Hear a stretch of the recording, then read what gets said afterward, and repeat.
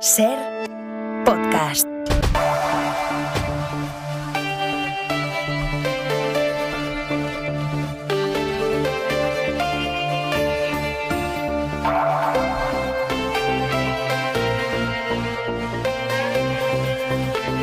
Son las 10 y acaban de llevar a la parroquia de La Palma, en Algeciras, el cuerpo, los restos del sacristán asesinado anoche allí. Hay muchísima gente a esta hora en ese lugar en el que se va a instalar la capilla ardiente. Rubén García, buenas noches. Buenas noches, Aymar. Sí, a las 9:42 de esta noche ha llegado a la iglesia de La Palma el cuerpo sin vida de Diego Valencia. Lo hacía con un silencio impactante, solo interrumpido por algunas lágrimas y por los aplausos de las muchas personas que se encontraban a las puertas de ese templo.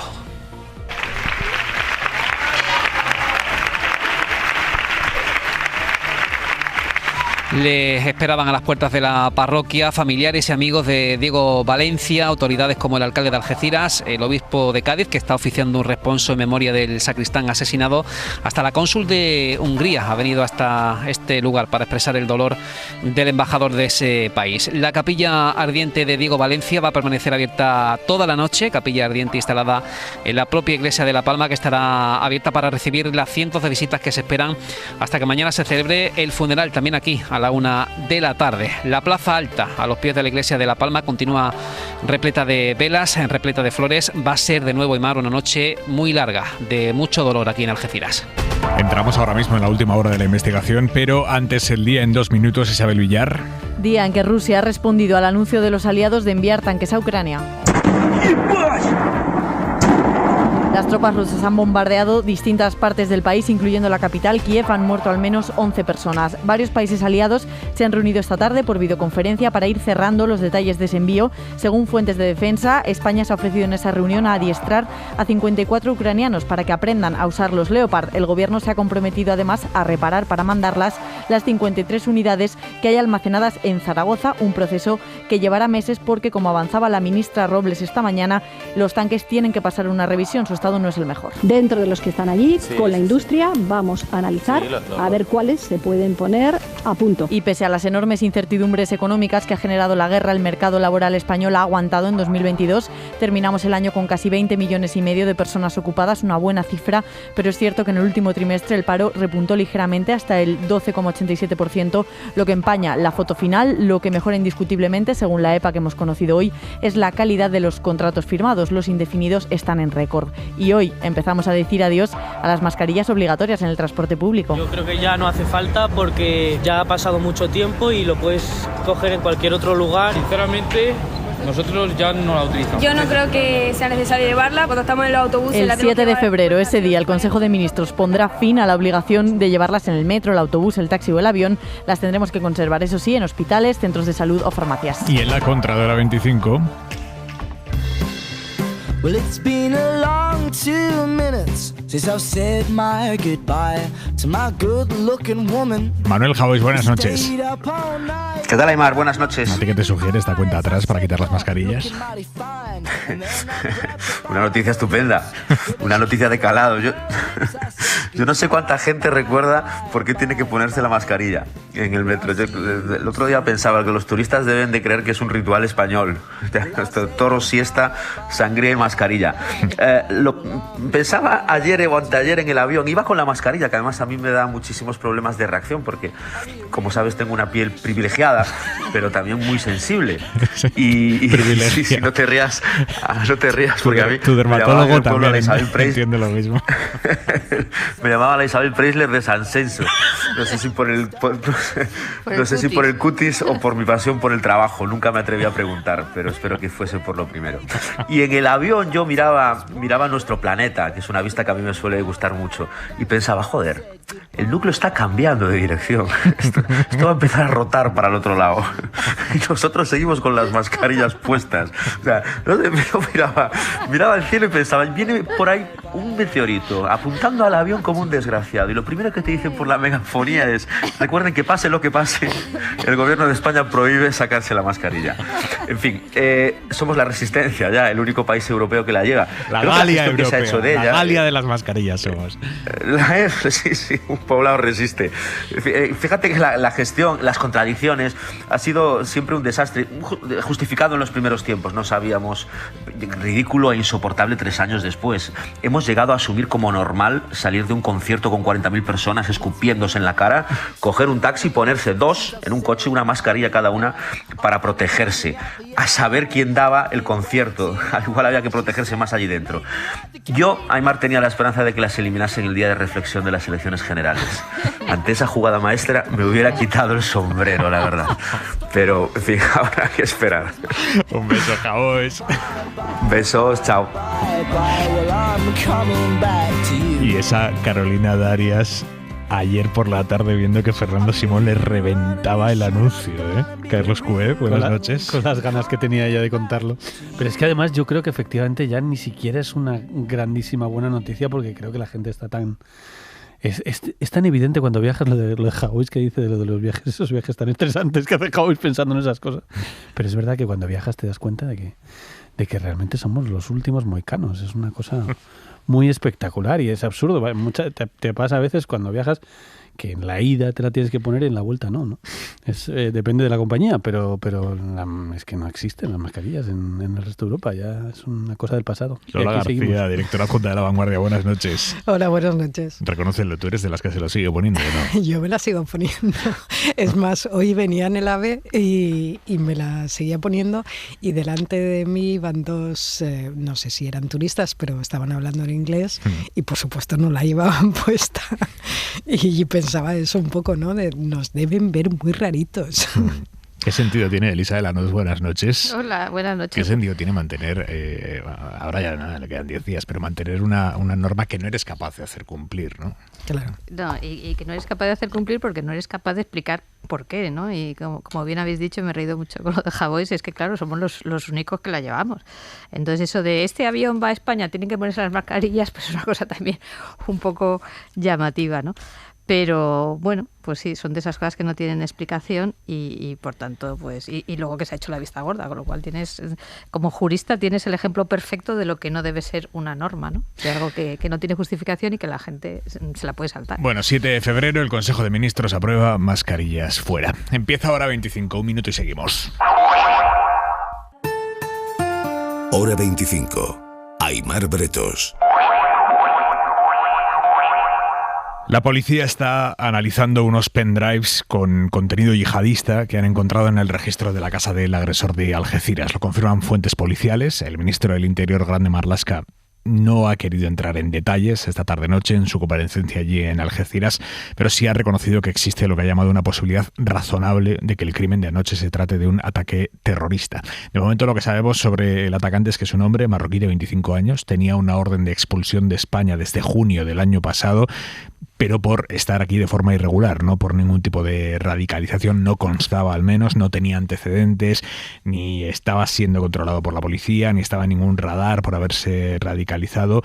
Pero bueno, como decimos, la policía ha encontrado en su casa propaganda yihadista, en su mayoría del Daesh, y hay algo que nadie descarta, tampoco confirma a esta hora, y es que el detenido tuviera algún tipo de problema mental.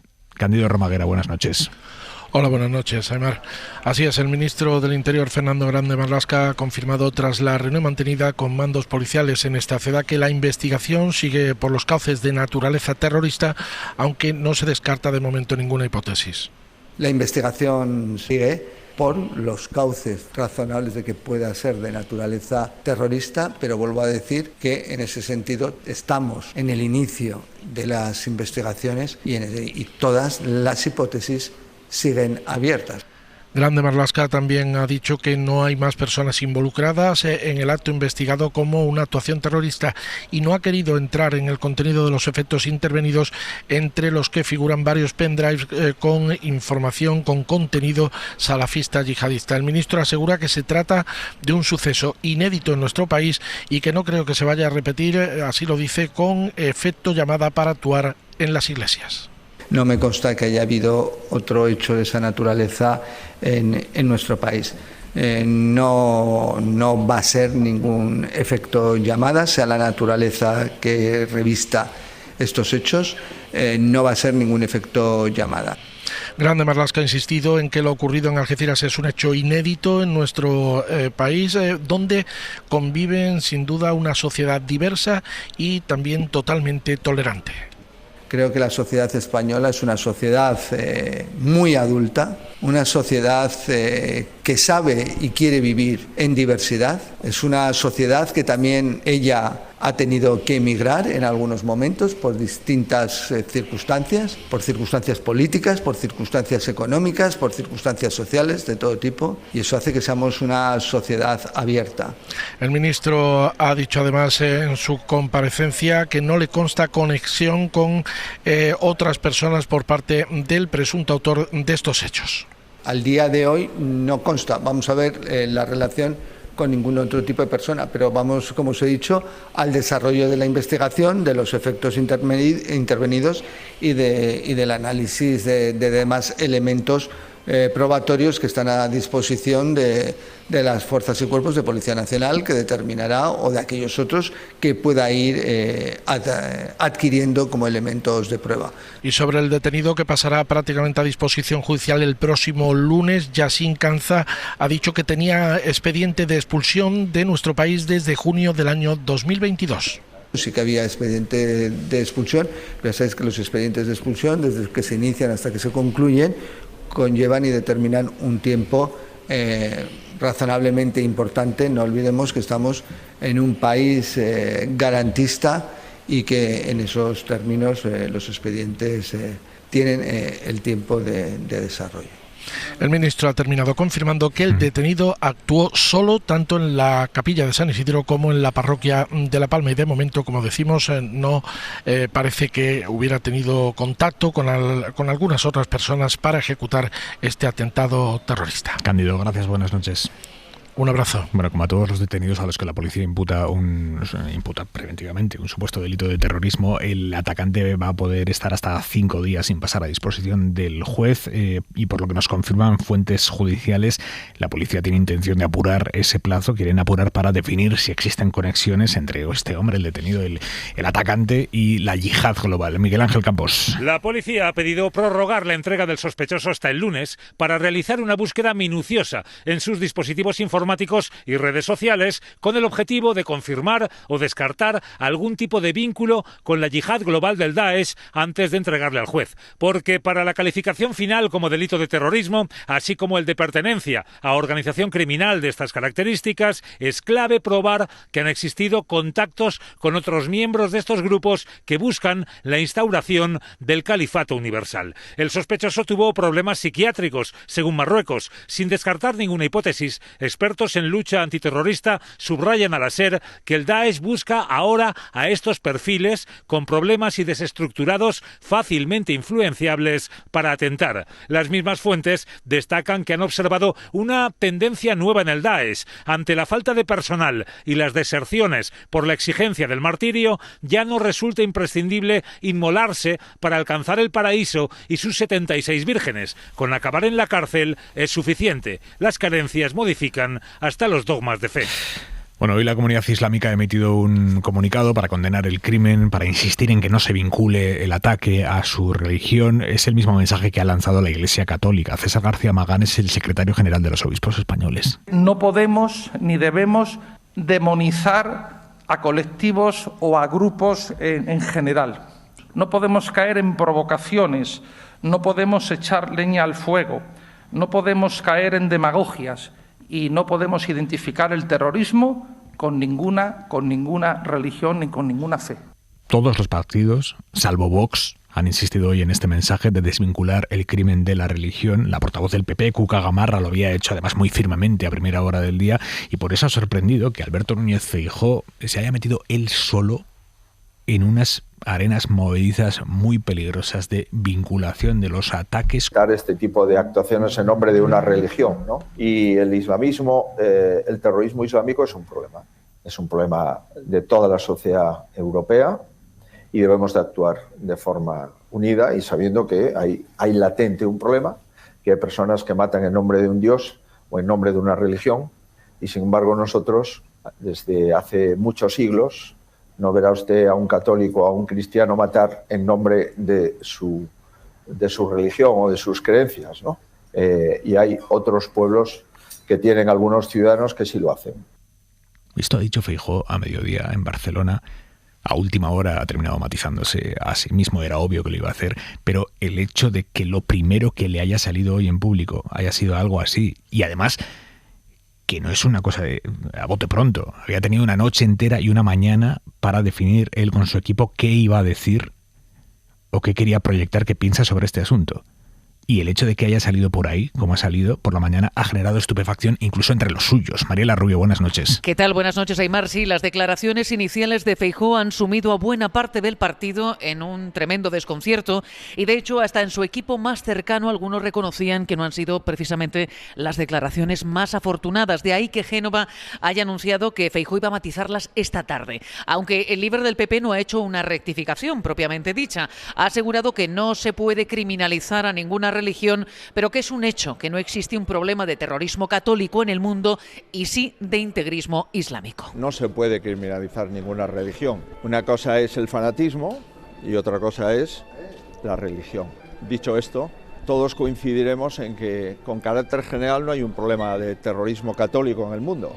Sin embargo, sí hay un problema de integrismo islámico en algunos lugares del mundo, también en los países islámicos. En cualquier caso, las palabras de Feijóo han hecho descarrilar la posición mantenida esta mañana por distintos altos cargos del partido que han marcado distancias con Vox, alertando contra el peligro de estigmatizar a todo el Islam. Hablaba así, por ejemplo, Cuca Gamarra, la número 2 del partido. Nosotros no vamos a estigmatizar a un colectivo, a ningún colectivo, por lo que haga uno de sus integrantes. No, ese no es el camino. Para nosotros el camino es combatir con toda la dureza a aquellos que cometen estos actos y que son integristas, pero respetando a aquellos que no lo son y que forman parte de nuestra sociedad. Y es que el portavoz de Vox en el Parlamento de Andalucía, Manuel Gavira, hoy ha denunciado que el islamismo ya está en nuestra tierra, y está en nuestra tierra porque unos le abren las puertas, otros le financian y las consecuencias las sufrimos los españoles, y en este caso ayer la gente de Algeciras. Y estamos hablando de culturas incompatibles con la nuestra. En definitiva, el enredo por las declaraciones de Núñez Feijóo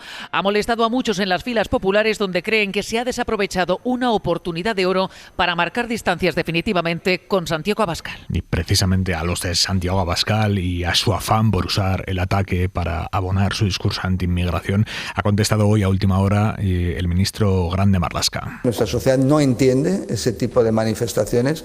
Creo que la sociedad española es una sociedad muy adulta, una sociedad que sabe y quiere vivir en diversidad. Unos pocos y unas declaraciones, dejarme que simplemente diga, inapropiadas, en modo alguno, definen a un país como es el nuestro, que es absolutamente solidario y deseoso de seguir viviendo en diversidad. Y más explícito o más dura ha sido la ministra y secretaria general de Podemos, Yone Belarra. La ultraderecha hace política extendiendo el odio y yo creo que es miserable, la verdad, extender el odio contra un Lola colectivo. García, Carlos Cue, Elisa de la Nuez, sin ningún ánimo de entrar en especulaciones sobre el fondo del asunto, sobre lo que tendrán que confirmar o descartar los investigadores, sí que hay ya varias derivadas sobre la reacción social y sobre todo política ante este ataque que sí merecen un análisis, Cue. Bueno, sí, evidentemente un análisis merece la reacción de Vox, que sabemos que aprovecha como toda la ultraderecha europea aprovecha el río revuelto para sacar, en fin, lo peor de una situación así, pero digamos, desgraciadamente era esperable, porque es lo que han hecho sistemáticamente y es el discurso de Vox, que sistemáticamente el discurso de Vox, el discurso de Meloni en Italia. Meloni vino a Marbella, yo estuve en ese meeting, a hablar de la identidad de la cruz, de la lucha, que es uno de los elementos centrales de la extrema derecha en Francia, es uno de los elementos centrales para animar el odio racial, el conflicto racial, sobre el que se basa buena parte del voto de la ultraderecha europea. Eso es esperable. Lo que es absolutamente desconcertante, es desgraciado, pero es esperable. Lo que es absolutamente desconcertante es la declaración de Alberto Núñez Feijóo, mucho más dura en la primera versión, pero en la segunda versión mantiene el fondo del asunto. ¿Alguien se imagina que Emmanuel Macron, en el momento de los atentados islamistas que ha tenido, hiciera una declaración como esta desde el Elíseo? Alberto Núñez Feijóo aspira, y las encuestas dicen que tiene muchísimas posibilidades de ser el próximo presidente del gobierno de España. España es uno de los países europeos donde esto desgraciadamente ha pasado, y esperemos que no, pero podría volver a pasar, que no es el caso, un gran atentado islamista organizado por una red. ¿Os imagináis que se dijeran unas palabras como estas desde la Moncloa? Que Macron hubiera dicho eso, que el primer ministro británico en el momento de los atentados hubiera dicho una cosa así. En España, que además la primera versión sobre todo es más desconcertante porque además dice nosotros, que es el discurso de Meloni, ¿no? Nosotros los católicos, ellos los musulmanes. En España hay 2 millones de más de 2 millones de musulmanes. Casi 1 millón de ellos son ciudadanos españoles, los adultos con derecho a voto. Por tanto, si Feijóo se convierte en el presidente del gobierno del año a finales de este año, el presidente del gobierno, es el presidente del gobierno de 1 millón de musulmanes también. España es un país aconfesional, ¿no? El planteamiento nosotros, ellos, es un planteamiento ajeno totalmente al espíritu constitucional y ajeno a cualquier. Por eso no lo dice ningún líder europeo, porque eso no lo dice Macron, por eso no lo dice ahora Meloni, que es primera ministra, seguro que ya no habla en eso. No sé, ni siquiera Meloni se atreverá a hablar en esos términos, porque en Italia también hay, en España más, muchísimos musulmanes que son ciudadanos, que siguen una religión, en fin, que están tan indignados como nosotros o más con la barbaridad de este delincuente, de este terrorista que ha matado en nombre de una supuesta religión, ha matado a una persona dentro de una iglesia. Quiero decir, es que lo viven incluso peor que nosotros, cualquier musulmán, porque se siente que le están agrediendo también a él. No lo hace ningún gobernante europeo, ni de izquierda ni de derecha, salvo la ultraderecha en la oposición. Y por eso a mí me desconcierta. Yo entiendo que Feijóo, supongo que no quiere que Vox le coma ese espacio. En fin, puedo entender algunas razones políticas. La formulación a mí me tiene desconcertado porque además Feijóo no es un cualquiera. Feijóo es un político que lleva 30 años ejerciendo la política en España. A mí me tiene todavía no, sobre todo cuando le he escuchado la rectificación, que estaban ahí en directo todas las cámaras, y bueno, hoy dirá, he metido la pata, evidentemente esto está mal. No ha dicho eso. Ha mantenido la filosofía de fondo con mejores términos, pero la filosofía de fondo la mantiene. Lola. Ayer o anteayer decía Feijóo que en Cataluña cuando viniera ya no iba a hablar de sedición. Yo creo que va a volver a hablar de sedición porque lo visto se mete en otros jardines más complicados incluso, ¿no? Yo es que cuando lo he escuchado tenía un poco la duda de si es un resbalón, ¿no? Que te has dejado llevar en un momento dado por pensamientos personales y no has calibrado muy bien lo que estás diciendo. No, pero Lola, o es que es ¿cómo una puede estrategia? ¿Cómo puede ser un resbalón cuando has tenido, insisto, toda la noche y toda la mañana para pensarlo? Pero es que no sé lo que es peor, porque, en fin, si es un resbalón, pues claro, es lo que decía Carlos, si imaginemos que es presidente del gobierno, en fin, no solo hay 1 millón y pico de musulmanes en España, sino que estás retroalimentando el fundamentalismo, estás enemistándote con un montón de países, entre ellos Marruecos, por ejemplo, ¿no? Sí, hay 1.000 millones en todo el mundo. Los que tenemos en España hay 1 millón, en el planeta 1.000 millones. Claro, estás... y si forma parte de una estrategia política, pues entonces sí que se confirma un poco que Vox está consiguiendo ejercer una influencia en la derecha tradicional que sobrepasa, ¿no? Un poco lo que lo que podíamos calcular, o que está yendo demasiado rápido esa absorción del discurso que ejerce Vox. Esto es algo que está pasando en toda Europa, ¿no? Que la extrema derecha está consiguiendo marcar los discursos de la derecha tradicional. Eso está pasando en muchos países, pero y al final, ¿qué ocurre? Pues ocurre lo de Italia, ¿no? Que acaban consiguiendo colocarse en el poder. El discurso de Vox en esto es muy claro, es que además lo pone hasta en su programa, ¿no? O sea, no tienen ningún empacho en señalar a las mezclitas, de hablar de expulsión de inmigrantes, en decir que mejor inmigrantes latinoamericanos que no de procedentes de países con el Islam como religión. En fin, Vox es algo que lamentablemente forma parte de esa corriente que está en muchos países, en Francia, en Italia, en Polonia, en Hungría, en Eslovaquia, pero que se deje arrastrar tan rápidamente el Partido Popular por ese mensaje, pues yo pensé que se resistirían un poco más, ¿no? Más teniendo en cuenta que hace 2 días y en la agenda con el tema del aborto, ¿no? No sé, no tengo dudas de si es una cosa o es la otra. Lo veremos en los próximos días. Elisa, ¿tú cómo lo ves? Sí, yo creo que puedo aportar algo de luz, porque esto que yo lo veo evidentemente con un discurso bastante asombroso, sobre todo teniendo en cuenta una cosa muy importante, ¿no? Que aquí lo que parece es que no ha habido una célula islamista o yihadista, sino que esto es una obra de una persona que además parece que además tenía ciertos desequilibrios. Entonces, afortunadamente no estamos hablando de algo parecido a los atentados de Barcelona, donde aquello era otra historia, ¿no? Eso en primer lugar, por tanto... Es importante subrayar que no hay nadie que confirme que tuviera ningún tipo de desequilibrio mental todavía, ni bueno, yo lo que os he oído, pero quiero decir que aparentemente no estamos en presencia de algo que puedas decir, es que hay una célula y detrás de eso pues hay un imán o hay una radicalización, algo, ¿no? Que digamos pueda conectar el tema con esa cédula. Entonces, por eso digo que me parece un poco, no solo torpe, sino raro, pero creo que lo que hay debajo no es tanto esto que decís de la estrategia de Vox, de qué tal, sino una idea que yo he oído a bastantes personas,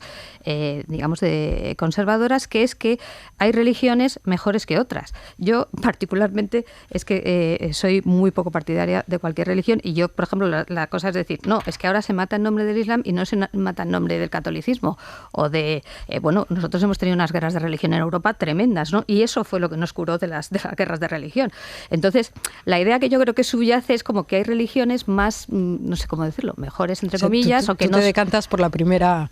Que no se prestan tanto a esto. No, es que creo que realmente es lo que le sale espontáneamente porque es lo que piensa. Y esto además es un pensamiento que yo le he oído a más gente. Esto Marrute también lo decía que el Islam y la democracia eran incompatibles. Claro, por eso te digo que no es la extrema derecha. No, bueno, pero lo que quiero decir que es un pensamiento que tiene gente y que no quiere decir que es que yo estoy siguiendo a Vox, sino que yo realmente pienso que hay religiones que producen más violencia, vamos a decirlo así, o que por razones históricas que otras. Y yo creo que esta es la idea que él saca y que claro, nos deja a todos muy alucinados, porque desde luego, si hay algo claro, afortunadamente, es que no tiene que haber ninguna relación entre una comunidad de ciudadanos y el hecho de que haya personas iluminadas, extremistas o como sea, que en nombre de la religión y gritando lo que tengan que gritar, maten por esa causa, ¿no? Y creo que esa es la explicación, y de verdad que no pienso que sea ni estrategia, ni de Vox, ni que te voy a seguir, ni de Meloni, sino simplemente que es una idea que yo creo que en muchas personas está más o menos asentada, si queréis, ¿no? De decir, bueno, es que hay religiones más peligrosas que otras, y creo que esto de verdad es lo que está detrás de esta expresión, que yo desde luego considero una torpeza incalculable. Que la conferencia episcopal se ha pronunciado hoy también. Sí, no ha sido muy claro, han dicho claramente, totalmente, pero bueno, que es que lo he oído, por eso cuando se lo he oído a Feijóo lo he reconocido, vamos a decirlo así. Pero es que la base, o sea, es que este es un asunto absolutamente central en el debate europeo, pero efectivamente no solo en el debate político, sino en el debate religioso. O sea, buena parte de lo que ha hecho este Papa y el Papa anterior es construir un mensaje organizando reuniones importantísimas con de mayoría islámica, buscando encuentros de religiones precisamente para desactivar, y por eso la conferencia episcopal ha salido rápido, porque otra cosa no, pero la Iglesia se dedica a pensar, hace reflexiones y llega a conclusiones. Y sobre todo la Iglesia defiende las religiones. Defiende todas las religiones, evidentemente, pero como es lógico, porque les podría pasar a ellos, pero sobre todo, la Iglesia tiene posiciones, digamos, desarrolladas desarrolladas sobre temas como este.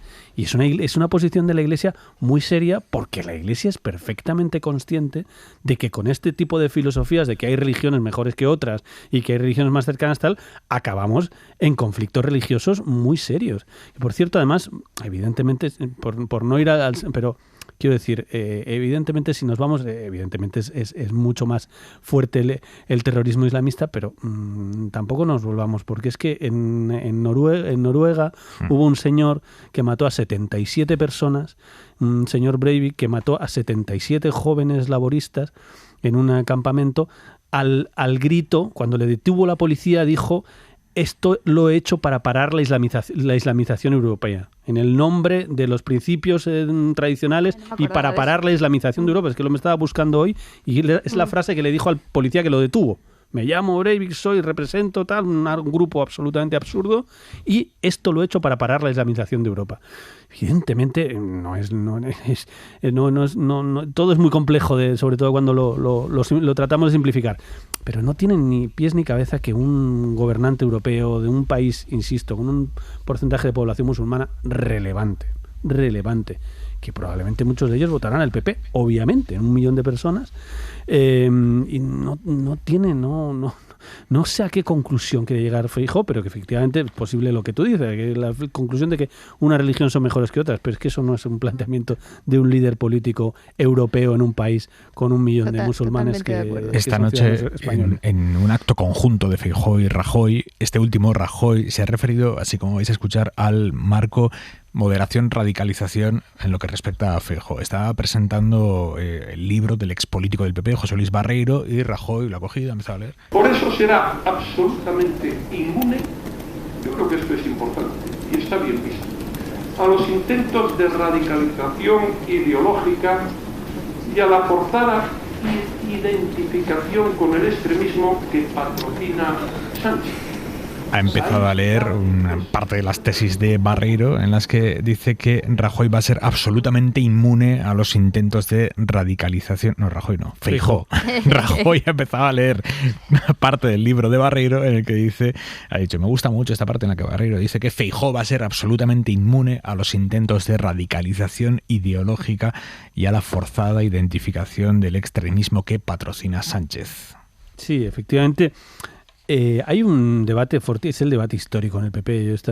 Esto le pasó a Rajoy, le pasa a Feijóo, quiero decir, es un esquema habitual, y Rajoy, que está muy cerca de Feijóo y que de alguna manera pues está influyendo seguramente, y Feijóo escucha a Rajoy.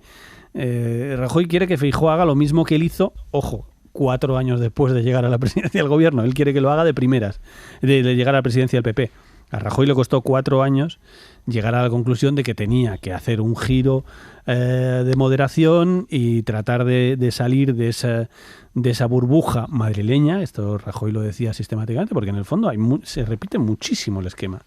Rajoy, un político gallego, que ya llevaba en Madrid muchos años, al contrario que Feijóo, lleva muchos años, había sido vicepresidente, pero siempre se reivindicó como un político gallego, un político de provincias, una persona diferente, se hizo jefe del PP de aquella manera, con dedazo, y perdió las elecciones y se pasó de 2004 a 2008 yendo a todas las manifestaciones de Zapatero, las más duras de todas, manifestaciones brutales en las que le acusaban a Zapatero, yo estuve en algunas de ellas, creo en casi todas, a Zapatero de traidor, los mensajes que escuchamos ahora, mensajes muy similares de la derecha, y él hablaba de la derecha madrileña, y él hablaba de que estaba como imbuido y no le dejaban moverse. Bueno, en 2008 hizo aquel congreso en el que cambió totalmente la estructura del partido y empezó a hacer otra política que luego al final en 2011 fue exitosa. Yo creo que él cree que Feijóo tiene que hacer lo mismo. Lo que pasa es que Feijóo, que defiende que va a hacer eso, y desde marzo defendió, vengo a hacer esto,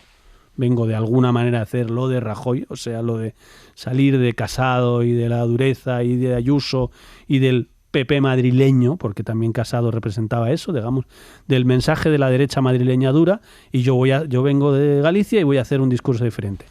Pero es que el problema es que a medida que pasan las semanas, pasan cosas como la de hoy, que desconciertan a muchísima gente que ha seguido a Feijóo, porque se suponía que venía a hacer otra cosa. Hay posiciones sobre la legitimidad del gobierno que ha puesto en algunas veces, ha dicho que no es legítimo lo que está haciendo Sánchez, que Sánchez es totalitario, decisiones como la de no pactar la renovación del Consejo General del Poder Judicial. O sea, van saliendo muchísimos elementos en este Feijóo instalado en Madrid y jefe del partido que no van en la línea en la que se suponía que iban y la que Rajoy claramente está exponiendo que debería ir. Bueno, anoche, a esta hora, nos hacíamos la pregunta de cuál iba a ser la respuesta de Rusia al anuncio por parte de Occidente del envío de tanques a Ucrania.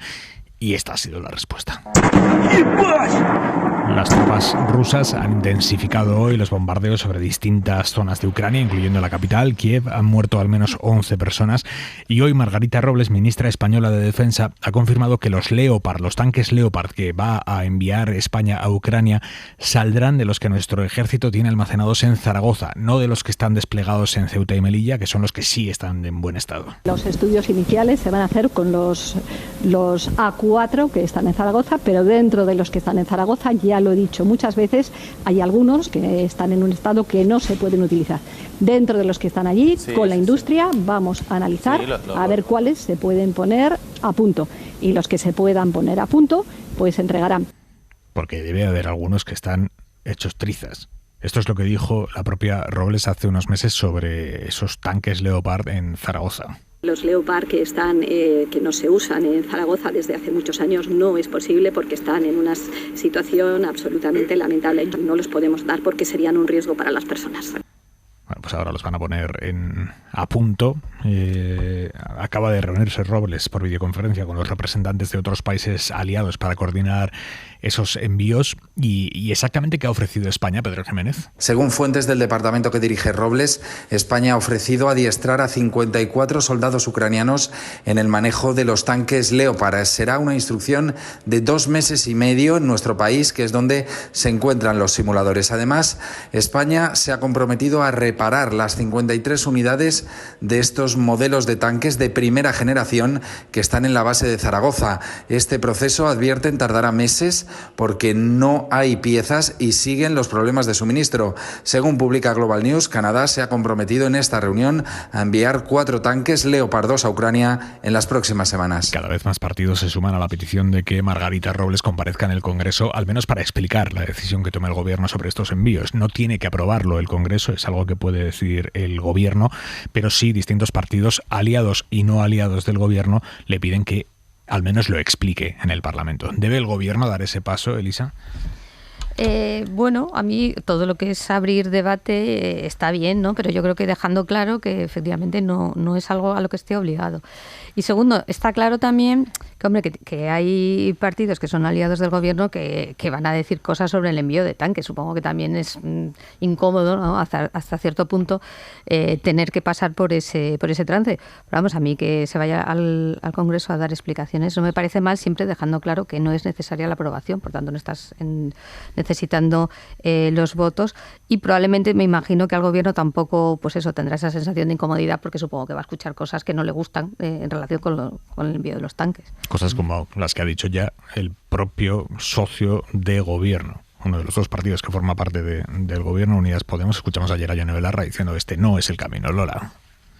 Yo, solo un comentario sobre lo de los tanques, porque me han explicado hoy una cosa que es anecdótica, si quieres, ¿no? Pero que parece ser que, claro, tenemos los 2 modelos, ¿no? El más moderno y el más antiguo, y los que queremos dar son los más antiguos, y porque tampoco tenemos muchos, no hemos hecho unas grandes inversiones en militares en los últimos años, y parece ser que esos se emplean por parte de los soldados en las maniobras, ¿no? Los ejercicios militares, para hacer de enemigo.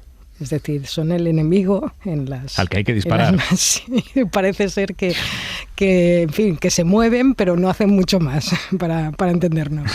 Pues es que yo preguntaba qué le pasa a los tanques, ¿no? Que son un peligro para las personas. En fin, me llamaba la atención. O sea, que los han estado utilizando durante años como dianas, básicamente. Como enemigos, sí. Bueno, Viene el enemigo. Por lo menos los han usado. Sí. No, porque yo pensaba deben estar inutilizados totalmente, no, al menos se mueven. No, yendo a lo que comentabas del Parlamento. A ver, sí, lo ideal sería que esto se abordara en el Congreso, ¿no? En fin, en principio la ley dice que si no es el envío de tropas no es necesario, pero claro, es que entonces abriría, yo creo, una crisis en el seno del Gobierno importante, porque, bueno, Unidas Podemos tendría, si sigue la coherencia de sus manifestaciones públicas, tendría que votar en contra. Y en fin, en un tema de política exterior tan relevante como este, ¿no? En una posición de Estado, pues una división semejante, yo creo que no sería una cuestión menor. O sea, creo que sería un problema bastante considerable para el Gobierno, ¿no? No tener una posición común como Gobierno, bueno, al margen de que igual no saldría ni siquiera aprobado, porque no son pocos los aliados del Gobierno que están en contra. Claro, saldría aprobado probablemente por el PP, pero creo que ese escenario es inviable, precisamente el Gobierno lo va a evitar hasta el final. Pero y va a minimizar, está minimizando. Yo creo que también está bastante gestionado internamente dentro del Gobierno esta discrepancia desde marzo del año pasado. Siempre que sea que no tengas que... Claro, que no tengas si tú que tienes votarlo, que manifestarte en una votación... Claro, por eso van a evitar la votación, seguro que además no es imprescindible, pero tampoco nos engañemos, al Congreso llega todo. O sea, esto de que, de una manera o de otra, el Congreso ahora en febrero ya es mes hábil, empieza febrero, empiezan las sesiones de control, los grupos pueden presentar mociones, en fin, hay muchas formas de llevar, si quieres llevar, porque es un parlamento democrático, si quieres llevar un debate al Parlamento hay muchas formas de llevarlo. No es la directa, digamos, la obligar a una votación y tal, pero saldrá y tendrán que explicarlo. A mí es que además me interesaría, incluso más, me interesa por supuesto que se explique todo, que para eso somos periodistas y más una decisión como esta, que se explique bien, pero a mí me interesa muchísimo, efectivamente, aunque nos hemos enterado ahora, por qué nos hemos gastado un dinero muy importante en comprar en su día unos tanques, porque estos tanques los pagamos, son carísimos, todos, se pagó un montón de dinero y están destrozados. Oiga, que nos lo expliquen y que alguien asuma esa responsabilidad, porque se supone que no se compran para tenerlos abandonados y destrozados, porque esto es, en fin, es un material muy sensible que vale muchísimo dinero, que siempre justifican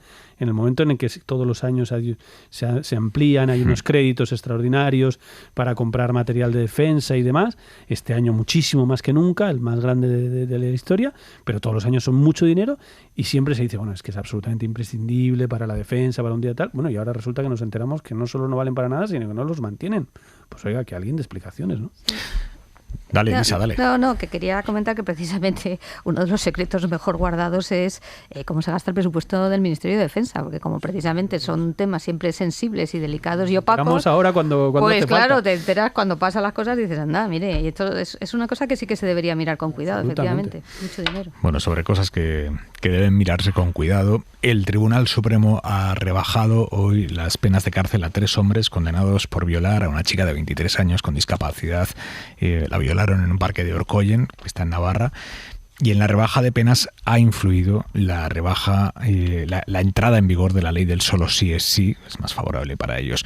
No ha sido el único factor, pero ha influido en esa rebaja. Pedro Jiménez. El Tribunal Supremo rebaja de 17 a 13 años de cárcel y de 16 a 8 la condena a 3 hombres por la violación de una joven de 23 años con discapacidad en un parque de Navarra. La rebaja de 8 años beneficia al único de los 3 que mantuvo relaciones consentidas y la de 13 años beneficia a los otros 2 que se aprovecharon de la situación para forzar las relaciones sexuales sin consentimiento de la chica. Los magistrados consideran que no se produjo la intimidación ambiental suficiente. Dice la sala que no se trató de una intimidación por concurrencia presencial física, sino menos activa, porque cuando uno de los agresores estaba agrediendo sexualmente a la chica, los otros 2 no estaban presentes, estaban esperando su turno. Pero es que además el Supremo aplica la ley del solo sí es sí, por ser más favorable al reo, con lo que también se benefician por esta rebaja. En cualquier caso, venimos de una semana muy dura en cuanto a las rebajas de penas por la ley del solo sí es sí. Ayer fue un hombre en Lleida, un violador reincidente que quedó en libertad con casi una veintena de agresiones sexuales a sus espaldas. Quedó en libertad medio año antes de lo previsto. pese a que los servicios penitenciarios consideran que es una persona de alto riesgo, que tiene riesgo de reincidencia. Esta semana se han producido otras 2 excarcelaciones de agresores sexuales reincidentes, uno en Asturias, otro en Zamora. En total ha habido una veintena de salidas de prisión, más de 250 revisiones de condenas desde que entró en vigor la ley, aunque Igualdad dice que son muchas más las que no se han tocado. Claro, es obvio que la dimensión de un problema no se mide por lo que funciona bien, sino por lo que funciona mal. Lola. Bueno, y este caso que decías de Lleida, que además no es la primera vez que este sujeto, cuando ha pisado la calle, ha reincidido nada más pisar la calle, vamos, o sea que está bastante contrastado. Son casos que da lo mismo el número, es decir, si mañana comete una violación, es que me da igual si el porcentaje es mayor o menor. Yo creo que con el tema de la ley del sí es sí, el gobierno tiene un grave problema. Creo que hay una parte del gobierno que es bastante consciente de ello y vamos, yo estoy prácticamente segura de que se van a tomar medidas y se va a cambiar la ley, que está seguramente que se va a intentar hacer con el acuerdo de la ministra de Igualdad, y si no, creo que se va a hacer igualmente, porque es que ha salido mal, es que no hay que darle más vueltas. Si algo que tú querías enviar pues una señal en una dirección, resulta que eso no está funcionando así, pues habrá que admitir que se ha cometido un error, por mucha buena voluntad y muchas ganas que se pusieran a la hora de redactar la ley.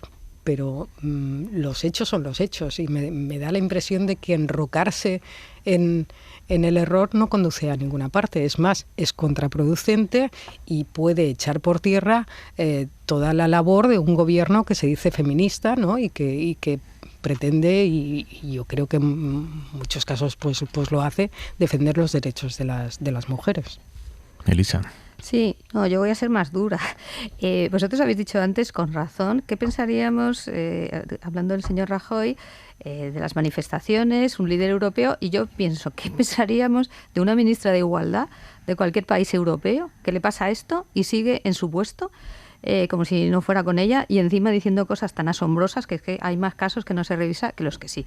Pues yo la verdad es que es muy alucinante, ¿no? En primer lugar, porque es una chapuza técnica que ha dado lugar a cosas que no hubieran pasado si la ley no se hubiera modificado, porque que claro, estamos hablando de no sé cuántos casos que sencillamente no hubieran ocurrido si la ley hubiese sido correcta desde un punto de vista técnico. Segundo, hemos asistido a las manifestaciones de que la culpa es de todo el mundo menos de las personas responsables, que de verdad que es de un infantilismo asombroso, es decir, o sea, todo el mundo tiene la culpa menos las personas que han elaborado la ley.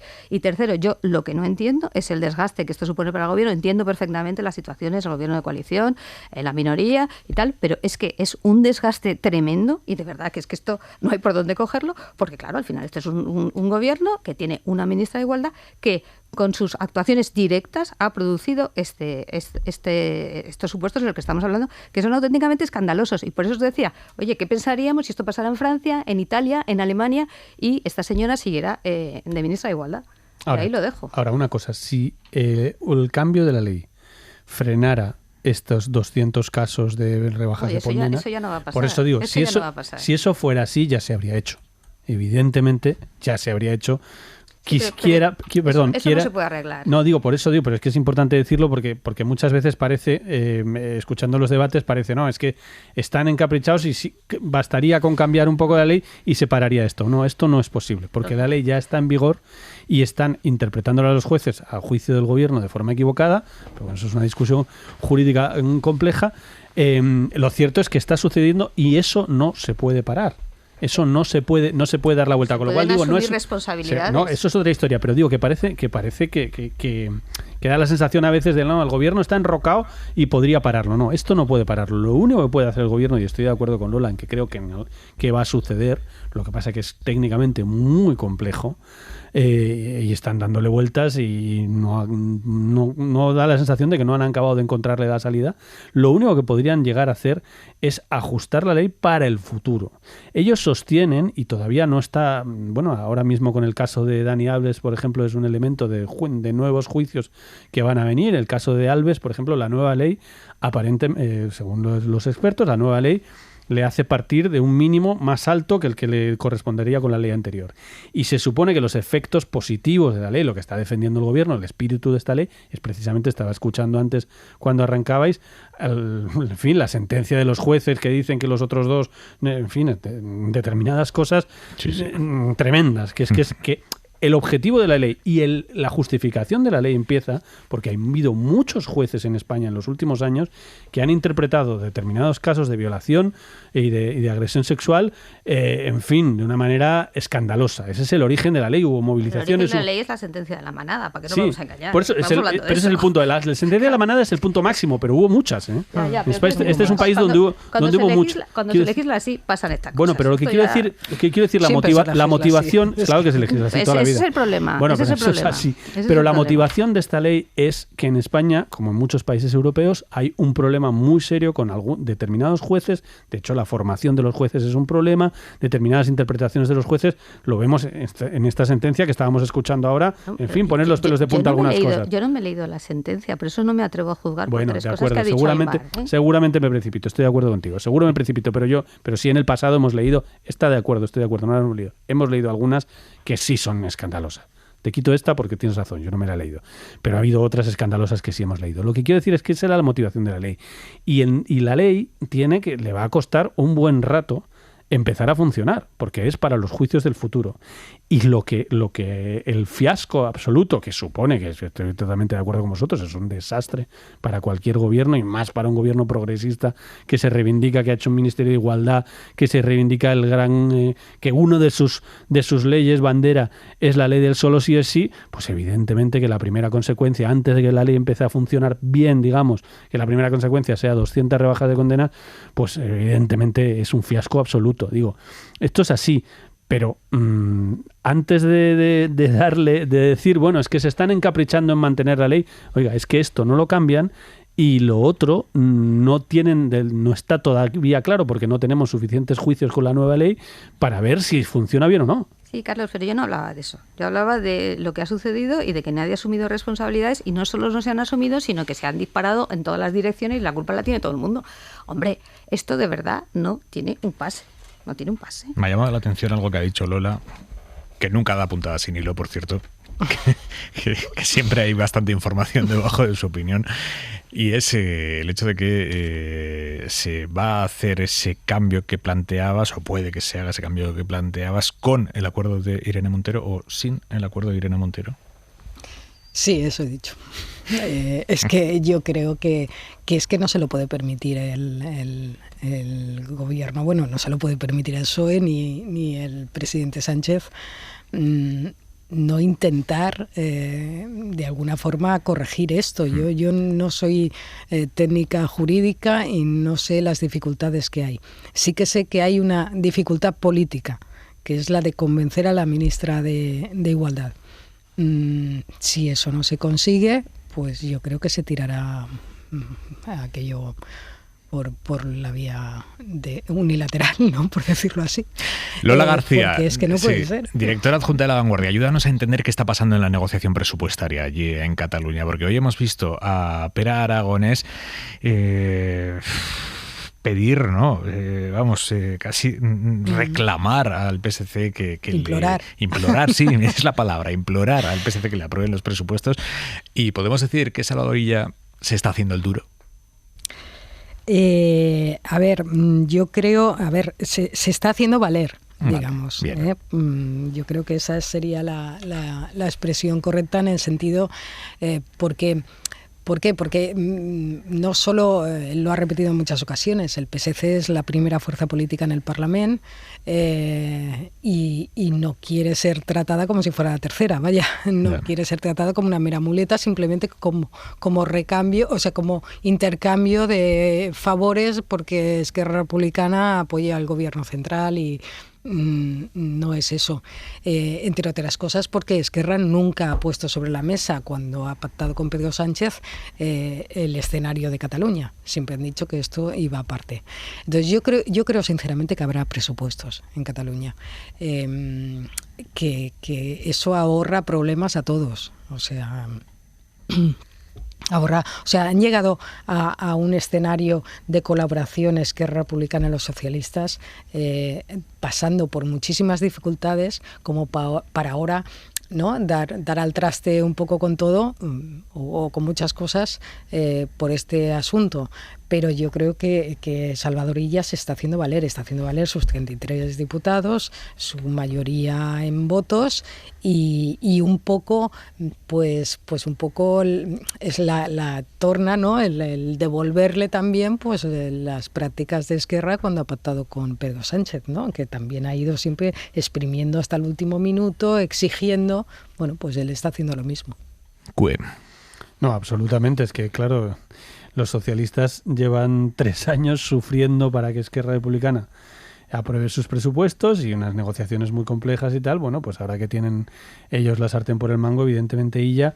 no nos olvidemos que ahí se está produciendo en Cataluña, y Lola lo sabe mucho mejor que yo, pero se está produciendo en Cataluña un giro. Estamos hablando de que hace 6 meses, ¿no? ¿Cuánto, Lola? Ni siquiera 4 meses, Esquerra Republicana decía con el PSC, bajo ningún concepto, para nada, nunca iremos con ellos, esto es otra... Esto es, no queremos sus votos. Es más, de septiembre o finales de agosto. Illa, que era una situación bastante kafkiana, Illa ofreciendo a Esquerra Republicana, estoy dispuesto a negociar, esto no pasa en ningún lado, estoy dispuesto a daros los votos para poder aprobar el presupuesto, vamos a negociar, y Esquerra Republicana, no, nosotros con el PSC no queremos saber nada. Ese giro tiene consecuencias yo creo que de medio y largo plazo bastante relevantes. Illa evidentemente tiene una posición ahora, según todas las encuestas, buena.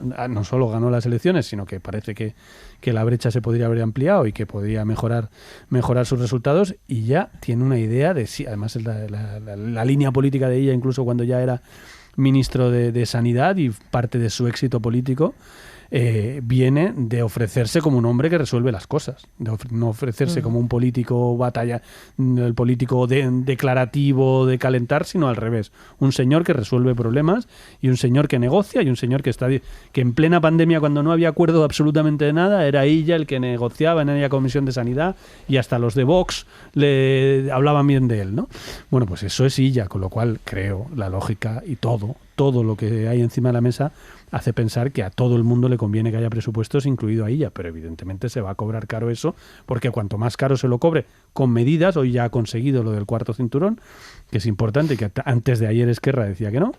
Es importante además porque hay un Consejo de Territorio que era el líder activista en contra de esta obra. No, es que lo que pasa en Cataluña también es muy interesante, porque es que Cataluña es una sociedad y una política complejísima y súper interesante, porque es que realmente es una infraestructura muy relevante, pero hay muchísimos colectivos en contra, hay muchísimo debate con cada infraestructura relevante, cosa que no pasa en Madrid. Con cada infraestructura relevante en Cataluña hay un debate y una oposición. En la ampliación del aeropuerto en Madrid se ha ampliado el aeropuerto de Barajas 3 veces lo que se ha ampliado el aeropuerto de Barcelona. No, evidentemente hay ecologistas también en Madrid, pero el debate político es muy pequeño.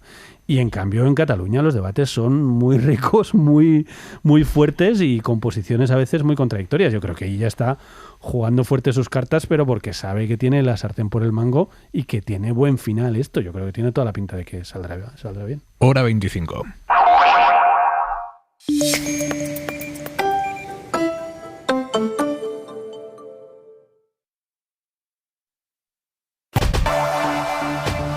Jordi Carbó, buenas noches. Buenas noches. ¿La ropa para mañana? Pues aunque parezca mentira, todavía nos tendremos que abrigar un poco más. Y es que entramos, podríamos decir, en esta última fase de una situación que nos acompaña ya hace casi 2 semanas, marcada primero por el viento y un descenso progresivo de las temperaturas, y que estos próximos días nos va a traer en muchos puntos del país posiblemente los valores más bajos. Pero antes, muchísima atención, porque al bajar la temperatura también lo hará la cota de nieve. Mucha atención de nuevo en el Cantábrico, interior de Galicia, porque en algunos momentos se situará esta cota alrededor de los 300-400 metros. También nevará al norte de Navarra, en la parte más montañosa de Burgos o también de La Rioja, y chubascos intensos, pero con muchas pausas en lluvia en Baleares. En la mayor parte del país va a hacer sol. Mañana de nuevo heladas en prácticamente todo el interior, algunas en puntos costeros, sobre todo en el Mediterráneo, en Cataluña, y a destacar que el fin de semana es cuando esperamos estas mínimas más bajas de todo este episodio. Mañana es un día de mucha carretera, es viernes. ¿Qué ¿Qué tenemos que esperar? ¿Va a haber heladas? ¿Va a haber dificultades en la conducción? Haces bien de destacarlo porque por una parte lo que estábamos diciendo de esta cota de nieve que baja, mucha atención en todas las carreteras del Cantábrico y del norte de Castilla y León, pero con este nuevo escenario de temperaturas más bajas que viene también con más humedad, tendremos que estar atentos también al hielo, y no solo de noche sino también durante las tardes. Ahora mismo el sol sube poco en el horizonte y esto hará que muchos tramos de carretera donde en todo el día no toca el sol pues nos encontremos con algo de hielo, de manera que mucho más atentos al volante por esta eventualidad que a veces se presenta inesperada. O sea, que mal día mañana para desplazarse sin necesidad de hacerlo entre Madrid y el norte y Madrid. Gran parte del trayecto, pues eso, os iréis encontrando o hielo o incluso nieve al final del trayecto. ¿Y en el sur? Más tranquilo. También hielo durante la mañana, pero no tendrán como mínimo las nevadas que se esperan en el norte de la península. No te pillo, Carbo, por ningún lado. Yo digo, a ver si acaba. Pero sigue, si quieres, me encantan estas entrevistas. Un abrazo, Jordi. Buenas noches. Bueno, estábamos hablando de Cataluña, estábamos hablando de los presupuestos en Cataluña. Hoy hemos sabido que, al revés de lo que dijo ayer la Fiscalía, que abogaba por mantenerle la pena a Oriol Junqueras, la Abogacía del Estado sí ha pedido al Tribunal Supremo que rebaje a la mitad la condena de inhabilitación que pesa sobre el presidente de Esquerra, Junqueras. Tras la reforma del Código Penal que el Gobierno acordó con Esquerra, la Abogacía apuesta por aplicarle a Junqueras, digamos, el tipo atenuado de malversación, la modalidad más light de malversación, que es la que ahora se les va a aplicar a quienes no se enriquezcan personalmente con el desvío de dinero público. Y esto, junto con que ya no hay delito de sedición y pasa a ser de desórdenes públicos agravados, que es lo que la Abogacía del Estado considera que se les tiene que aplicar, esto reduciría la condena del líder de Esquerra a casi la mitad. Estamos hablando de 13 años de inhabilitación, que es lo que tiene ahora, que le impuso el Tribunal Supremo, a 7, que es por lo que aboga la Abogacía del Estado. En cualquier caso, la última palabra la va a tener el tribunal. Miguel Ángel Campos. La Abogacía del Estado pide aplicar los nuevos delitos de desórdenes públicos agravados y el de malversación atenuada a los condenados. Pero con todo, Oriol Junqueras no podría presentarse a las elecciones autonómicas de 2025, porque deben convocarse en febrero de ese año como tarde, y su inhabilitación se prolongaría hasta el verano, según la pena de 7 años que reclama la Abogacía. El abogado del Estado justifica la petición de malversación atenuada en el hecho de que ni se practicó en el juicio prueba alguna al respecto, ni se declaró en la sentencia que los hechos cometidos por los acusados lo fueran con ánimo de lucro propio ni de terceros. Elisa, ¿cómo crees que puede terminar esto como jurista abogada del Estado? Bueno, vamos, yo no sé cómo va a terminar. Lo que está claro es que ¿Cómo crees? Te pregunto. No sé, la discusión técnica es compleja, porque efectivamente hemos visto cuál va a ser la postura de la Fiscalía, que también es interesante dejar claro que la Abogacía del Estado aquí actúa como un abogado de parte, es decir, está defendiendo lógicamente la postura del Gobierno, que es esta, que técnicamente parece defendible por lo que he leído y lo que estoy escuchando. Pero el abogado del Estado defiende la postura del Gobierno, defiende la postura del Estado. Esto me parece interesantísimo. Esto es interesantísimo y esto es una discusión que con los compañeros tenemos toda la vida, ¿no? Entonces, si te gusta la postura del Gobierno, entonces te parece que todo va bien, y si no te gusta, entonces dices que tú defiendes al Estado y no al Gobierno. Es decir, abogado del Estado, abogado del Gobierno. Lo que pasa es que en un momento dado el Gobierno es el que decide cuáles son los intereses para el Estado. Si eso técnicamente, que esto es importante, porque claro, tú al final eres un jurista, como un cliente particular. Si el cliente particular se empeña en que tú técnicamente digas algo que es un disparate, pues hombre, tú le puedes decir, hombre, esto no. Pero si el cliente, dentro de lo que es razonable, te dice, oye, esta es la postura que yo quiero defender, y si técnicamente, insisto, no es un disparate, pues lo haces. Entonces ese sería un poco lo que digo, que es un abogado de parte. Parece que técnicamente esto que dicen es razonable, esto es lo que le, digamos, interesa al Gobierno, pues razonable defenderlo. La postura de la Fiscalía es interesante porque es un poco más, digamos, la postura más neutral, no neutral en el sentido de que ellos consideran que esa es la aplicación correcta de la ley, la que han salido o van a sacar, no sé si se la han sacado ya. Sí, ayer, sí. Y entonces ahí va a haber, digamos, esa contraposición entre lo que dice la Fiscalía, lo que dice la Abogacía del Estado, y evidentemente quien va a decidir es el Tribunal Supremo. Yo no me atrevo, porque una cosa que siempre te digo, Aimar, que no me haces caso, es que yo no soy penalista. Entonces, yo con esto, pues yo he leído un poco lo que alega la Abogacía del Estado, lo que alega la Fiscalía. Las dos cosas parecen razonables y no te sé decir cuál va a ser la solución. Lola, ¿cómo lo ves? Yo, como no soy ni abogada del Estado, no voy a mojar aquí A ver, yo creo que el Supremo acabará, bueno, en este caso la sala que preside Manuel Marchena, acabará siguiendo un poco los pasos del juez Pablo Llarena, en lo que Pablo Llarena se ha manifestado en relación a los que están fugados y Marchena tiene que hacerlo en relación a los que fueron juzgados, ¿no? Y yo creo que seguirá más o menos el mismo criterio, que es pues no hay sedición, esto de los desórdenes públicos no ha lugar, y en cambio les vamos a aplicar la malversación agravada, digamos, ¿no? que ha salido de la última reforma del Código Penal. Con lo cual, lo comido por lo servido, se quedan con la misma inhabilitación o más o menos parecida a la que tenían. Y por tanto difícilmente se presentarían a unas elecciones, por ejemplo, en unas elecciones catalanas cuando tocan Oriol Junqueras, por ejemplo. Aunque sí que habría algún caso que podría presentarse, por ejemplo, Josep Rull, que no tiene malversación en este caso, ¿no? Pero bueno, en términos generales se quedaría más o menos igual. ¿Qué es lo que ocurre? Yo creo que aquí sí que la abogacía del Estado está defendiendo lo que defiende el gobierno, que es el motivo por el cual se hizo todo esto. O sea, ¿por qué se metió el gobierno en este berenjenal? Lo hizo porque vienen unos juicios complicados a cargos intermedios del independentismo en los que están acusados de malversación. Entonces el objetivo era pues rebajar esa situación concreta de esas personas, esas posibles condenas por malversación, con el criterio aquel de que no era para enriquecerse, sino para otras historias. Muy bien, creo que va a acabar ocurriendo lo contrario. Es decir, que si se sigue el criterio del Supremo, si se sigue el criterio que ha establecido Llarena, esas personas puede resultar que sean condenadas a 10 o 12 años por malversación. Entonces tendremos a los jefes, digamos, en este caso Junqueras, por ejemplo, en libertad, indultados, y tendremos una condena de a lo mejor 10 o 12 años de prisión por haber desviado pues 300.000 euros para hacer propaganda del procés en el extranjero, por ejemplo. ¿Puedo añadir una cosa que creo que es interesante? Claro. Esto que está diciendo Lola. Efectivamente, yo creo que tiene razón en que el Tribunal Supremo se va a guiar por lo que dice Llarena, y sobre todo porque con esta interpretación que dices se salvan todos los demás casos, que eso también es muy importante, porque claro, esto efectivamente se hace la ley para esto, pero como la ley es general, necesariamente no puede ser de otra forma, pues todos los posibles casos de corrupción, que nadie sabe ahora mismo cuántos pueden verse afectados por esto, sí que lo estarían. Por tanto, tiene sentido que te cures un poco en salud diciendo, bueno, esta es una interpretación que no permitiría, digamos, esa revisión a la baja que se podía pensar que podía suceder en otros casos de corrupción. Y otra cosa también que añado, además este es un tema que tiene también relevancia desde el punto de vista de Europa y de los fondos europeos, porque claro, si tú haces este tipo de rebajas del Código Penal para que tú desvíes los fondos, aunque sea, digamos, sin el famoso ánimo de lucro, esto puede pasar no solo evidentemente con los fondos nacionales, sino con los fondos que vienen de Europa.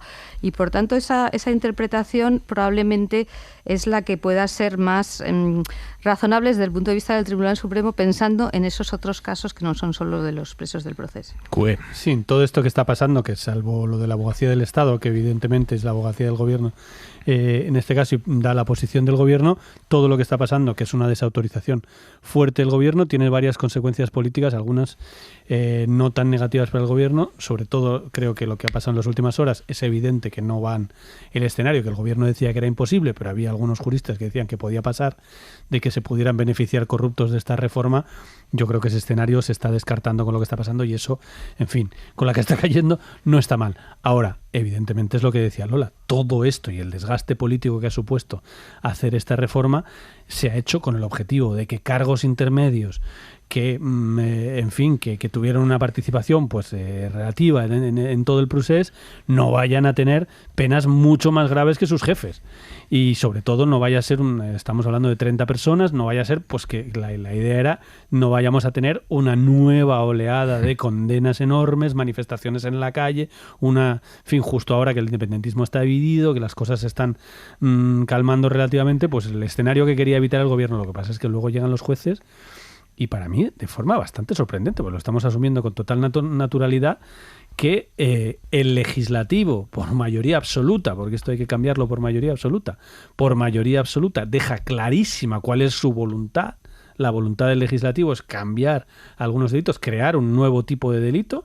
Y pero lo tienes que hacer bien técnicamente, sí, bueno, porque si no, es que tú puedes tener la mejor voluntad del mundo, pero como no lo plasmes bien, ya pero es que técnicamente la Fiscalía... No, yo por lo que he leído... No, pero técnicamente hay discusión, porque la abogacía del Estado dice una cosa, la Fiscalía dice una intermedia y el juez dice otra. Que hay discusión. No, claro, pero discusión hay, pero quiero decir que es un poco tremendo que quede clarísima la voluntad del legislativo con 176, en fin, deja muy claro qué quiere hacer, y llega el tribunal y dice, no, este nuevo delito para mí no existe. Hombre, no existe, lo acaban... Bueno, no existe, es prácticamente es inaplicable. Con lo que ha dicho el Supremo, el nuevo delito de administración, ¿cómo se llama? Administración fraudulenta, no me acuerdo.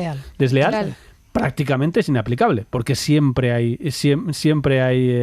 en fin, hay lucro, con lo cual no se podría aplicar en ningún caso. Claro, entonces, lo llevaba diciendo 40 años. Si tú, digamos, te lo has leído y eres un técnico, pues dices, ojo, que esto puede pasar.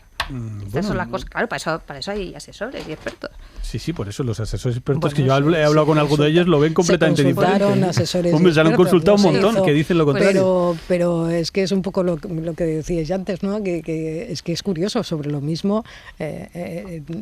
El juez del Supremo dice una cosa, el abogado del Estado dice otra. Pero bueno, esto es el pan nuestro cada fiscal día. Dice no es sorprendente, es lo que hacemos todos los abogados todos los días y los fiscales y los jueces. A ver, sobre cosas sorprendentes. Sobre cosas sorprendentes. ¿Qué os sugiere que la candidata del PSOE a la alcaldía de Madrid, Reyes Maroto, haya sido hoy tan clara en su cortejo político público a Manuela Carmena? Escuchad. Yo, como candidata del PSOE, quiero contar con Manuela Carmena.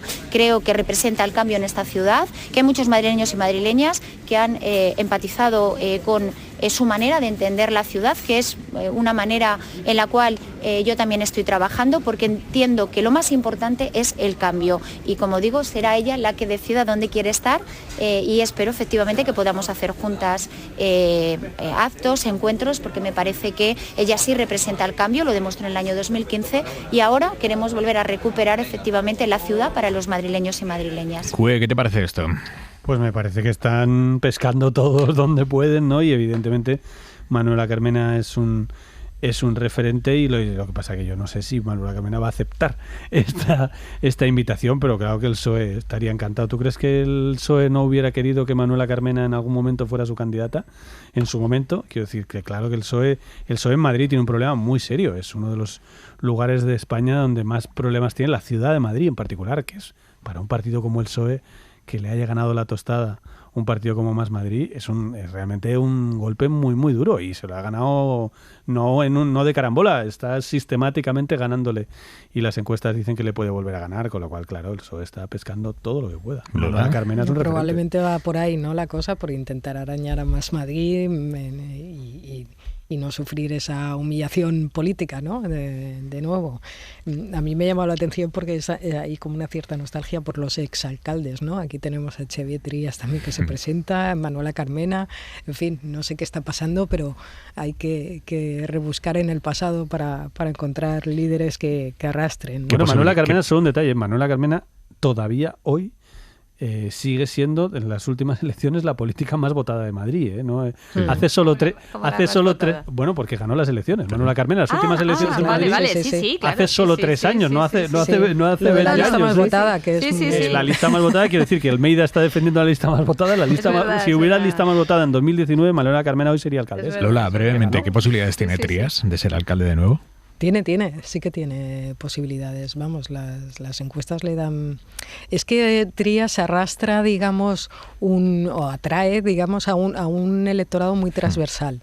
desde un voto útil anti-Colau, pasando por sectores pues de la convergencia de toda la vida, más moderados y tal, pasando por los de Junts, digamos, más independentistas, más radicales, puede atraer bastante votos. Sí que a mí, a ver, yo creo que es difícil que también tanto Colau como Trías arrastran un problema, que es que perdieron unas elecciones. Yeah. Colau, a pesar de que es alcaldesa, pero no fue la lista más votada, ¿no? Y a Trías pues perdió ante Colau. Y a mí me cuesta, pero es una apreciación personal, me cuesta pensar que cuando tú has recibido ya el revolcón, ¿no? La ciudadanía te ha dicho, bueno, pues ya está, te rescate, pero como estamos viendo tanto rescate, pues oye, no lo sé, pero sí que es verdad que atrae muchos sectores transversales. Pues ya veremos, a finales de mayo veremos. Tenemos noticia de Estados Unidos, un nuevo caso de brutalidad policial, Isabel Villar. Sí, han procesado a 5 agentes de policía por matar a golpes a un chico negro en Memphis. Tyree Nichols se llamaba, tenía 29 años, murió en el hospital 3 días después de que estos agentes, afroamericanos también, lo detuvieran el 7 de enero por una supuesta conducción imprudente. Lo detuvieron, le dieron una paliza y el chico murió después en el hospital. Un gran jurado los ha procesado por, entre otros delitos, asesinato en segundo grado. Están despedidos del cuerpo. Según ha denunciado la familia del chico, que ha visto imágenes de la detención, los agentes le dieron una paliza brutal, lo usaron, según el abogado, como una piñata humana. Hablan de puñetazos, de patadas, de que lo electrocutaron con una pistola eléctrica. Las imágenes de la agresión aún no se han hecho públicas, en teoría se harán mañana, y las autoridades temen que al verlas se desate una oleada de protestas. En previsión de lo que pueda pasar, Joe Biden acaba de emitir un comunicado dando el pésame a la familia, exigiendo una investigación independiente y pidiendo que esas protestas que se convoquen sean siempre pacíficas. Dice Biden que la indignación es comprensible, pero que la violencia nunca es aceptable. Punto y 25. Joaquín Estefanía. ¿Quiénes son periodistas? Siempre se ha dicho que periodista es aquel que vive del periodismo. Algunas de las reporteras afganas que denuncian el bárbaro régimen de los talibanes ya no pueden cobrar por su trabajo y sus medios de comunicación han cerrado. ¿Se pueden definir, pues, como periodistas? En España, durante más de 4 décadas, no han sido regulados el secreto profesional y la cláusula conciencia de los profesionales, que aparecen citados en la Constitución. Cuando ha habido algún problema relacionado con ellos, generalmente el juez ha procurado mirar hacia otro lado y buscar vericuetos alternativos para resolverlos. Ahora, las asociaciones de periodistas han hecho una proposición de regulación del secreto profesional al Congreso que incorpora 2 definiciones muy polémicas para los tiempos que corren. Una, ¿quiénes no son periodistas? No son periodistas los profesionales que se dedican a entretener o divertir. Sí lo son aquellos cuya principal misión sea hacer realidad el derecho a la información. Y 2, ¿qué no son medios de comunicación? No son medios de comunicación las redes sociales. Sí lo son aquellos canales que difundan información y estén sustentados en una sociedad editora o en una persona física propietaria. Esas reporteras afganas que no tienen sitio donde publicar y no pueden vivir de su trabajo, ¿son periodistas o son intrusas? Punto y 25. Mañana, 26 de enero, 27, es el aniversario de la liberación del campo de concentración de Auschwitz hace ya 78 años. Y es también la fecha fijada por Naciones Unidas para conmemorar el Holocausto, aunque por desgracia la actualidad nos obliga a hablar a menudo de la barbarie del nazismo, del auge de ideologías fascistas y de extrema derecha. La verdad es que cada vez resulta más complicado escuchar la voz de quienes vivieron aquel horror en primera persona, por una cuestión básicamente del paso del tiempo. Irene Sachar es una de esas personas. Tenía solo 2 años cuando empezó la Segunda Guerra Mundial. Como miles de judíos, quedó confinada en el gueto de Varsovia, de donde consiguió escapar con su madre a través de las alcantarillas. De allá a Francia, a Perú, a Israel, un largo viaje hasta poder recomponer una vida que quedó marcada aquel 1 de septiembre del 39, el día que el ejército de Hitler invadió Polonia. Estos días ella está en Madrid, está invitada por la Casa Sefarat y ha conversado con nuestro compañero Rafa Panadero. Y esto es un resumen de lo que le ha contado. Tengo 85 años y soy sobreviviente del gueto de Varsovia.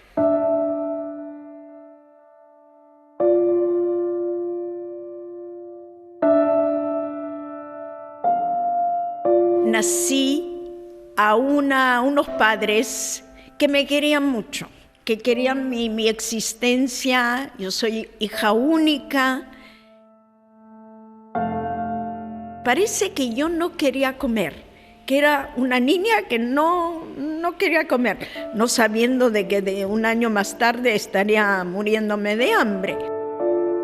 Buscar comida en el gueto era casi una tarea, una misión imposible. De mi padre el único recuerdo que tengo es que está echado en el piso blanco de la cocina y él lo habían matado, él está sangrando y ella dio un alarido, dio un grito que creo que se oía al otro lado del mundo y es la última vez que he visto a mi padre, no sé dónde está enterrado. No tengo ninguna foto de él, no tengo a alguien que me pueda contar de él, nada.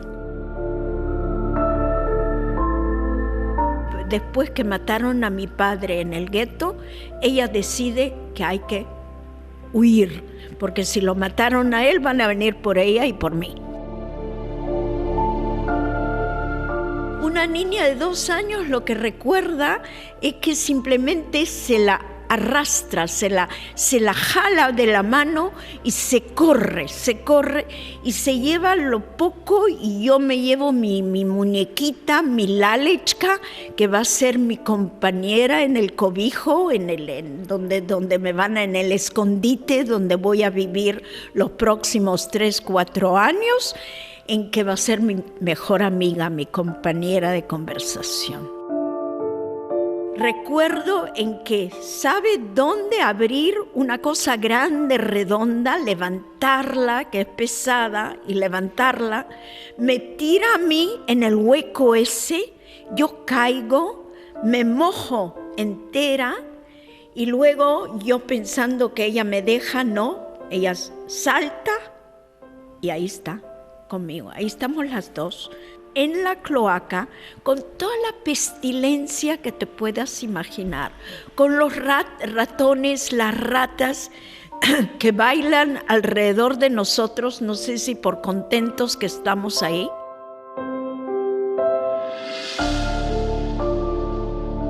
Correr, todo el tiempo es correr, salir, correr. ¿Sabes qué? Los recuerdos que tengo es que yo no veía a un extraño, y si lo veía tenía miedo de mirarlo en los ojos para que no me matara. O sea, un miedo de relacionarme con el ser humano que no sea mi madre. La cosa va evolucionando poco a poco, porque al irnos a Francia, mi mamá y yo nos encontramos con familiares, primos. De París me voy, sigo con un abuelo que no es un abuelo biológico, pero que tomó órdenes de mi mamá de llevarme al Perú. Me caso, mis hijos nacen en Israel y rehago mi vida. A partir de ahí ya es una sucesión de éxitos hacia el día de hoy.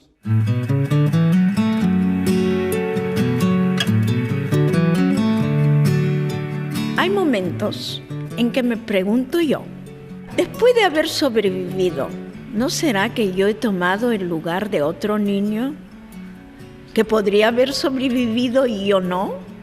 Miles de preguntas de ese tipo, pero una cosa sí me es clara, que mi misión después de haber sobrevivido este infierno de mi infancia es hablar a las generaciones venideras y que nunca olvidemos y que sepamos hablar cuando hay necesidad de hablar, porque callar es aceptar la realidad.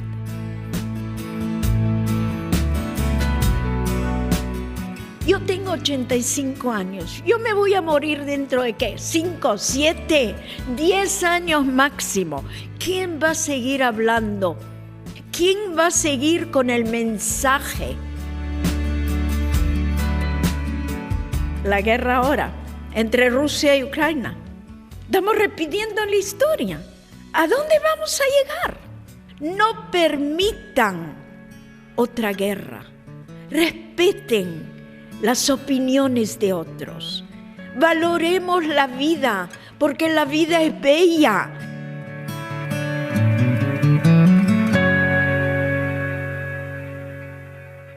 El final es un final feliz. Yo he sobrevivido el infierno. Yo vencí a Hitler. Hora 25, con Aimar Bretos. Suscríbete a Hora 25.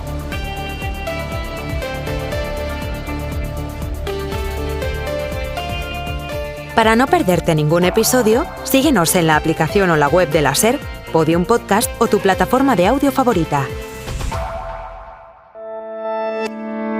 Cadena SER. La radio.